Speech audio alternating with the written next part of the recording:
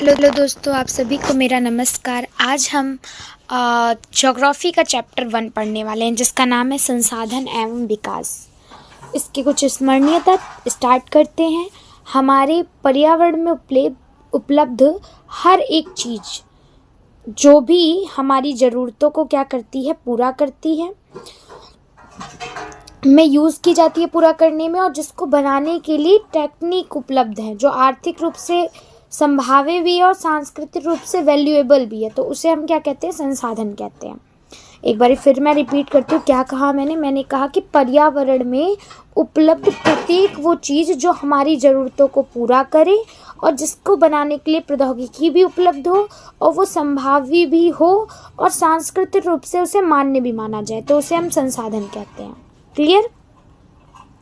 Then next topic, next है संसाधन के प्रकार। संसाधन के प्रकार कितने होते हैं? 2 तरीके से, मतलब वैसे तो जो आधार हैं संसाधन के बांटने के तो कई सारे हैं, वो अभी पढ़ेंगे सारे। तो अगर मेन करें उत्पत्ति किन आधारों पे होती है संसाधन की, तो 2 आधार हैं। एक है जैव संसाधन और एक है अजैव संसाधन। जैव वो संसाधन है, ऐसे संसाधन जो हमें जीव मंडल से प्राप्त होते हैं, जिनमें जीवन है, वो जैव संसाधन, जैसे मनुष्य और प्राणी जात। अजैव वो सभी संसाधन जो निर्जीव हैं, वस्तुओं से बने हैं, वो अजैव कहलाते हैं, जैसे चट्टान और धातुएं। फिर अब आता है समाप्यता के आधार पर, यानी समय के आधार पर। तो एक होते नवीकरणीय और एक होते अनवीकरणीय। नवीकरण वो संसाधन है जिन्हें आप विभिन्न भौतिक, रासायनिक या यांत्रिक प्रक्रिया के द्वारा दोबारा से यूजेबल बना सकते हो, जैसे कि वायु हो गया, जल हो गया, ये सारी चीज़ें। और अनवीकरणीय वो होते हैं जिनका अगर एक बार आपने प्रयोग कर लिया तो दोबारा उनको यूज़ करने के लिए इनका निर्माण और विकास जो होता है वो बहुत ही लंबे भूवैज्ञानिक अंतराल में होता है, इसीलिए इसको अनवीकरणीय संसाधन कहते हैं, जैसे कि खनिज। ठीक है, ये तो हो गया समाप्यता। फिर आता है तीसरा स्वामित्व। स्वामित्व यानी कि संपत्ति के आधार पे, मालिकाना जो हक एक बोल सकते हैं, उसके आधार पे। एक मिनट, सॉरी।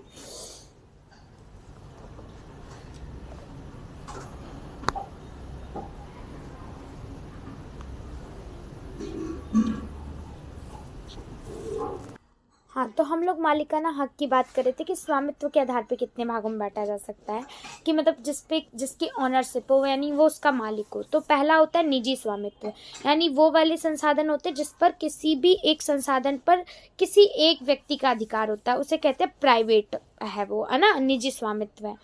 फिर वो संसाधन जिनका उपयोग समुदाय के सारे लोग करें, उसे कहते हैं सामुदायिक संसाधन। जैसे आप देखते होंगे कि आपकी कोई भी, आप जिस जगह पे रहते होंगे उनके आसपास कोई पार्क वगैरह होता होगा, तो उस जगह के सारे लोग उस पार्क में जा सकते हैं, उसका इस्तेमाल कर सकते हैं, तो वो हो गया आपका सामुदायिक संसाधन। किसी भी प्रकार के संसाधन जो राष्ट्र की भौगोलिक सीमा के अंदर, मतलब हमारा ये देश है और हमारे देश के अंदर कोई संसाधन आते हैं, जैसे जो नेशनल पार्क वगैरह होते हैं ना, वो सारे, तो वो हमारे देश में से कहीं से भी कोई लोग भी वहां पे जा सकते हैं ना, तो वो हमारे राष्ट्रीय संसाधन है। ठीक। फिर आता है आपका तट रेखा कि 200 मील दूरी से पूरे खुले महासागर पर संसाधनों पर किसी देश का अधिकार नहीं, ये अंतर्राष्ट्रीय संगठनों की निगरानी में होते हैं, इनको अंतर्राष्ट्रीय संसाधन कहते हैं। ठीक है, उसके बाद आपका आता है, ये होने के बाद फिर आपका आएगा विकास के स्तर के आधार पे। अब विकास के स्तर के आधार पे तो वे संसाधन जो किसी प्रदेश में विद्यमान हैं, मतलब एग्जिस्ट तो करते हैं वो संसाधन, लेकिन उनका उपयोग नहीं किया गया है, इसीलिए उनको संभावी संसाधन कहते हैं। डेवलपमेंट के आधार पे कि मतलब है, उपलब्ध है, पर अभी यूज नहीं किया गया है। फिर सेकंड नंबर की वो संसाधन जिनका उपयोग उनकी गुणवत्ता, क्वालिटी की मात्रा पे निर्धारित हो चुका है, उन्हें विकसित कहते हैं, विकसित संसाधन है वो, है ना। वे संसाधन जिनके उपयोग की गुणवत्ता और मात्रा निर्धारित की जा चुकी है, कि इनकी क्वालिटी क्या है, इनकी मात्रा कितनी है, वो सब पहले से ही डिसाइडेड है, निर्धारित है, तो उसे हम कहते हैं कि वो कैसे होते हैं, विकसित संसाधन होते हैं। फिर पर्यावरण में उपलब्ध वो संसाधन जिनकी, मतलब वो संसाधन होते हैं ये पर्यावरण में जो प्रौद्योगिकी, मतलब अगर टेक्निक आ जाए ना तो ये लोगों की पहुंच तक हो सकते हैं, पर इतनी अच्छी टेक्निक ही नहीं कि लोगों की पहुंच तक हो सके, तो उन्हें कहते हैं भंडारित संसाधन। लास्ट वो संसाधन जो अभी तक तकनीकी ज्ञान के उपयोग से प्रयोग में लाए जा सकते हैं, लेकिन इनका उपयोग अभी शुरू नहीं किया गया, उन्हें कहते हैं संचित संसाधन। अभी हमारे संसाधन वाला टॉपिक तो खत्म हो गया। अब एक आता है कि संसाधनों का इम्पोर्टेंट क्वेश्चन है कि सतत पोषणीय विकास किसे कहते हैं, ये क्वेश्चन। तो संसाधनों का ऐसा विवेकपूर्ण उपयोग करें, यानी सोच समझ के ऐसा यूज करा जाए ताकि जो वर्तमान पीढ़ी चल रही है उनकी तो जरूरतें पूरी ही हों, पर जो आने वाली पीढ़ी है उनकी भी जरूरतों को पूरा किया जा सके, उसे कहते हैं सतत पोषणीय विकास। फिर ऐसे उपाय और तकनीकी जिसके द्वारा संसाधनों का उचित उपयोग किया जाता हो, सुनिश्चित किया जाता हो ये चीज, तो उसे कहते हैं संसाधन नियोजन। डन। फिर तो 1992 में ब्राजील के शहर रियो डी जेनेरो में संयुक्त राष्ट्र पर्यावरण विकास सम्मेलन के तत्वाधान में राष्ट्र अध्यक्षों ने एजेंडा 21 पारित किया, जिसका मेन उद्देश्य यही था।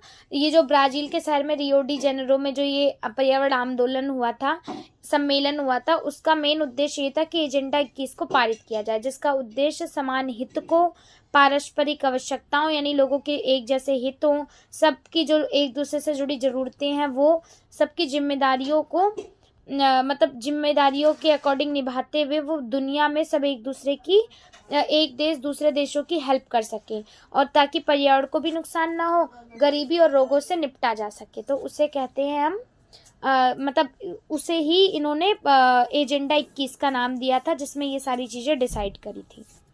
महात्मा गांधी का एक बड़ा इंपॉर्टेंट कथन आता है, जो वो कहते हैं कि महात्मा गांधी ने कहा था कि हमारे पास व्यक्ति की जरूरत की पूर्ति के लिए तो बहुत कुछ है, लेकिन किसी के लालच की संतुष्टि के लिए नहीं, जिसके लिए वो ये कथन कहते हैं कि हमारे पास पेट भरने के लिए संसाधन है पर पेटी भरने के लिए नहीं है।